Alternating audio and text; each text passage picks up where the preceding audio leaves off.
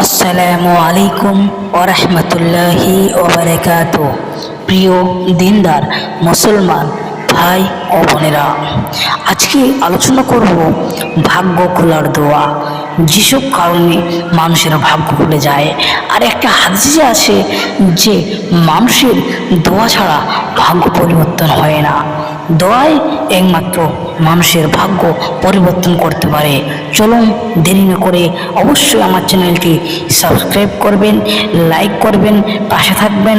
আমি আপনাদেরকে নতুন নতুন দোয়া নিয়ে আলোচনা করব ইনশাআল্লাহুল আজিজ। চলুন দেরি না করে এগিয়ে আসুন। দোয়াটি হলো আল্লাহুম্মা ইন্নী আসআলুকা মিন ফাজাআতিল খায়র। আল্লাহুম্মা ইন্নী আসআলুকা মিন ফাজাআতিল খায়র। এই দোয়াটি আপনাকে পাঠ করতে হবে দিনে 3 বার, সকালে অথবা রাতে। দোয়াটির অর্থ, হে আল্লাহ, তুমি আমার ভাগ্যকে খুলে দাও। এটা দোয়ার অর্থ।